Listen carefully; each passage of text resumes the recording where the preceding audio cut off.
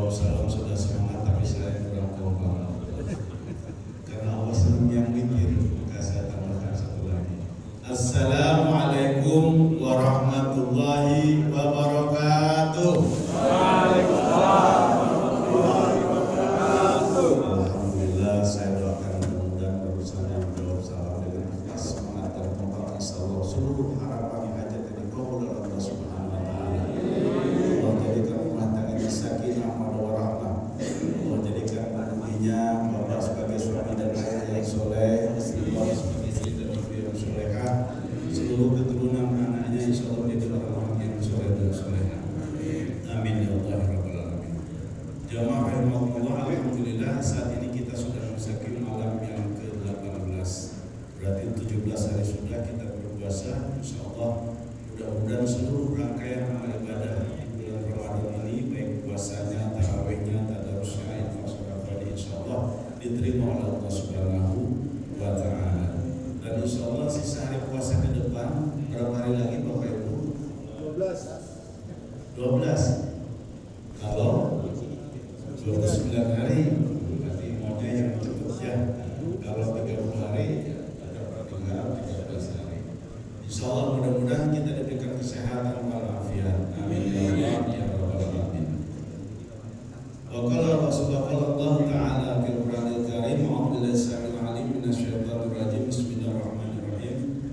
Wa la tuhzini yawma yub'atsun yawma la yanfa'u malun wa la banun illa man atallaha biqalbin salim. Wa qala aidan wa qala Rasulullah sallallahu alaihi wasallam, inna likulli syai'in taqada wa inna saqalatal qulub zikrullah. Shadaqallahul azim wa sadaqa rasuluna bil habibul karim wa nahnu ala dzalika minasyai'in syakirin walhamdulillahi rabbil alamin. Jamaah rahimahullah, tema yang disajikan oleh DKM pada malam hari ini adalah tentang penyakit-penyakit hati. Kira-kira di antara kita ada nggak yang memiliki penyakit hati? Tidak, alhamdulillah. Tapi tahu ya kira-kira apa itu penyakit hati? Iri, dengki, hasad, sombong, apapun, ujub, ria, masya Allah. Insya Allah mudah-mudahan kita dijauhkan dari penyakit tersebut. Karena itu izinkan saya menyampaikan satu kisah riwayat dari Rasulullah SAW. Pada saat Rasulullah sedang melaksanakan liqo setelah dia sholat berjamaah dengan para sahabat, kemudian Rasulullah menyampaikan kepada para jamaah, wahai sahabatku, saudaraku, nanti sebentar lagi akan datang seseorang, dia itu ahli surga. Masya Allah. Jadi ada orang masih hidupnya saja sudah mendapat predikat ahli surga. Nah, kira-kira kita gimana nih? Bakal ahli surga enggak? Insya Allah, karena seluruh umat Rasulullah SAW, kata Rasulullah, kullu ummati yadkhulul jannah, setiap umatku akan masuk surga, illa man aba, kecuali ada umatku yang enggan untuk bersumpah antara dari Rasulullah, enggan untuk menjalankan perintah Allah, enggan untuk menghidupkan sunnah Rasulullah SAW, dan juga enggan tadi untuk menghindari macam-macam penyakit hati tadi. Kemudian setelah lama Rasulullah menyampaikan itu, datanglah seseorang, wajahnya basah dengan air. Kemudian dia masuk, para sahabat mungkin bertanya-tanya, apa ini yang dimaksud oleh Rasulullah. Tapi para sahabat tidak berani bertanya kembali. Lewat sudah 1 hari sampai 3 hari berturut-turut Rasulullah menyampaikan tentang maklumat seseorang yang dicap sebagai ahli surga. Ternyata yang datang orangnya orang yang sama, yang kemarin seperti yang kemarin.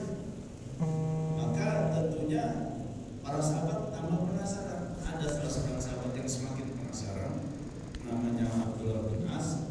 Kemudian dia tanpa lagi izin ke Rasulullah, dia memberanikan diri untuk mendekati orang itu dengan cara ya sedikit berstrategi lah. Dia meminta izin kepada orang tersebut, wahai saudaraku, apakah diizinkan kalau sekiranya saya menginap di rumah saudara, mungkin tidak lama, hanya 3 hari saja. Maka tanpa embel-embel apapun, kemudian silakan, rumah kami terbuka.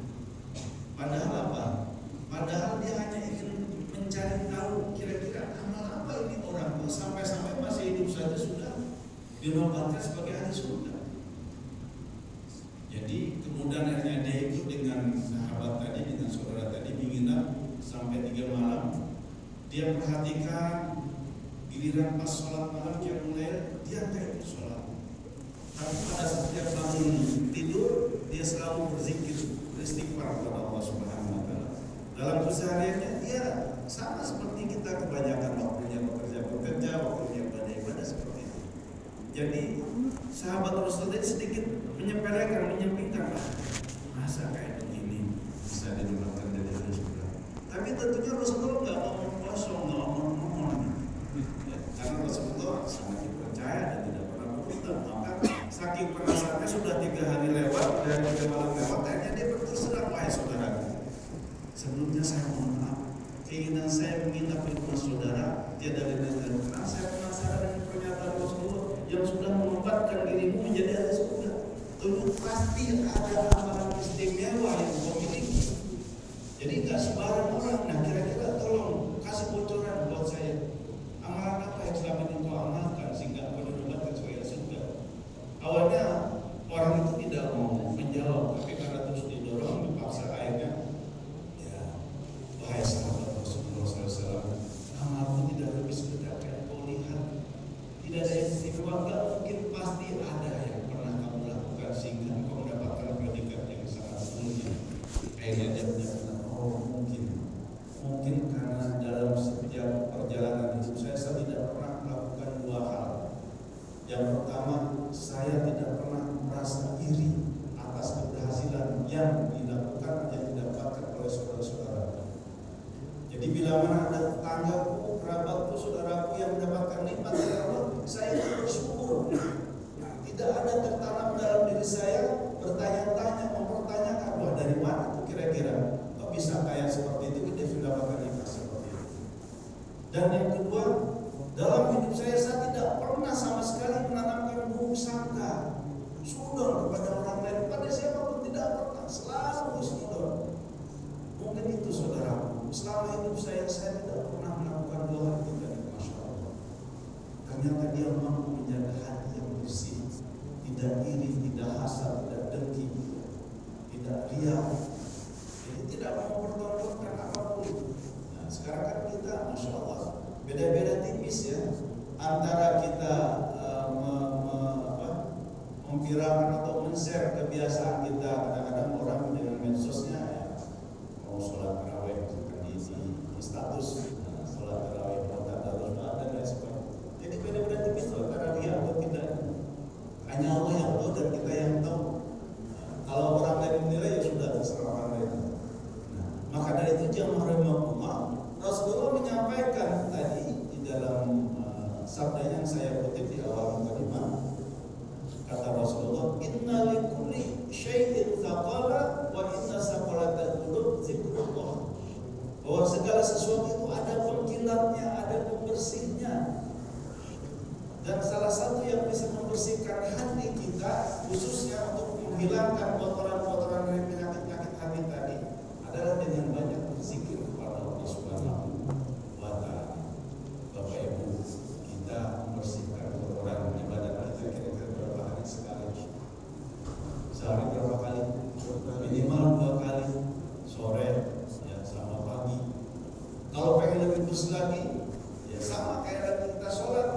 Jadi ibarat kalau kita mandi di kali atau mandi di rumah sampai 5 kali, ya tentunya akan lebih bersih lagi.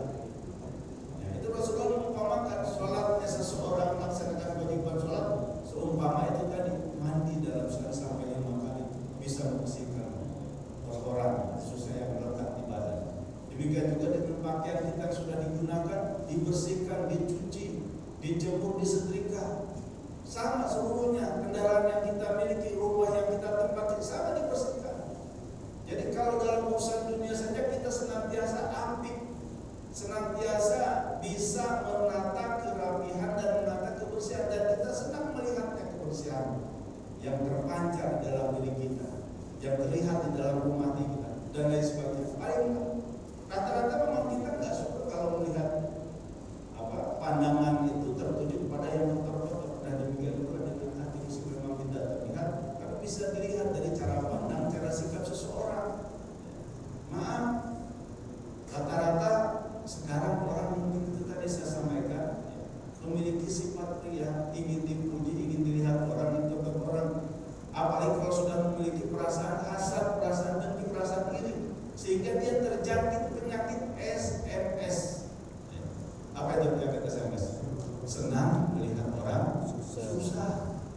Dan dia susah kalau melihat orang senang, mau bilang ini kok sudah begini, masya Allah, berarti imannya sudah digerogoti oleh penyakit hati. Nah, kalau kita punya penyakit seperti itu, maka obatnya juga harus SMS juga. Ya, harus senang melihat orang senang, seperti sahabat Rasul tadi, dan harus merasakan susah tatkala orang lain juga merasa kesusahan. Intinya adalah bahwa kata Allah Subhanahu wa taala, wala tuzini yawma yumasun yawma la yanfa'u malu wala banun illa man atallaha biqalbin salim. Janganlah kita terlampau bersedih hati nanti pada saat kita dibangkitkan di yaumil akhir tadi, bahwa seluruh apa yang pernah saat ini kita miliki dan kita banggakan, harta, anak-anak, pangkat, jabatan, itu tidak apa-apanya di sisi Allah Subhanahu wa taala, karena Allah akan melihat bagaimana hatinya, bagaimana amalnya. Oleh karena itu, mari kita tata hati ini supaya terbebas dari penyakit hati tadi. Memang kita tidak mungkin merasa, tapi orang lain bisa menilai kita. Nah, karena itu bersyukur alhamdulillah kita termasuk orang-orang yang dipilih oleh Allah Subhanahu wa taala, karena pada tahun ini kita bisa bertemu dengan bulan Ramadan.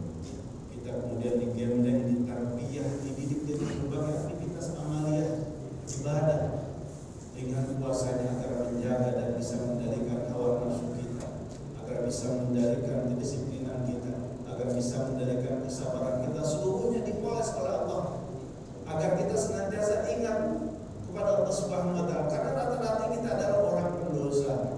Tidak ada satu pun di dalam diri kita, tidak ada satu dalam setiap orang itu dia tidak pernah berbuat salah. Tidak, pasti kita seluruhnya pernah berbuat salah. Tidak ada manusia tidak pernah berbuat salah, hanya malaikat yang tidak pernah berbuat salah. Kata Allah, alladzina idza fa'alu fahishatan aw dzalamu anfusahum zakarullah fastaghfiru lidzunubihim. Maka kita bisa menyadari akan kesalahan, baik kesalahan yang keluar dari lisan kita, kesalahan yang terlihat dari pancaran mata kita, dari pikiran kita, dari pendengaran kita. Maka kata Allah, kalau kau ingin bertobat kepadaku, zakarullah, segera ingatku, fastaghfiru dan mengampuni kepadaku, insyaallah Allah akan berikan ampun sebesar apapun dosa dan kesalahan yang kita lakukan. Itulah hebatnya Allah. Beda dengan kita manusia. Kalau Allah betapa banyaknya dosa dan kesalahan manusia, tapi bila mana dia bertobat dan beramal soleh, beramal baik, contohnya dengan puasa Ramadan saat ini, maka seluruh amal-amal salah yang pernah kita lakukan akan diampuni oleh Allah Subhanahu wa taala. Sebaliknya manusia, ya, meskipun banyak kita mendapatkan kebaikan dari orang lain, tapi tatkala orang itu berbuat satu saja kesalahan, kadang-kadang seluruh kebaikan itu dihapusnya. Lupa dengan banyaknya kebaikan yang pernah kita lakukan hanya gara-gara satu kesalahan. Masya Allah. Dan itulah kekurangan kita pada dijawab oleh Allah. Insyaallah mudah-mudahan dengan Ramadan yang saat ini kita dapatkan dan Allah berikan kesempatan, mari kita manfaatkan Ramadan ini dengan amal ibadah yang sebaik-baiknya. Insyaallah mudah-mudahan nilai kualitas amal ibadah kita di bulan Ramadan ini insyaallah lebih baik dari sebelumnya. Dan yang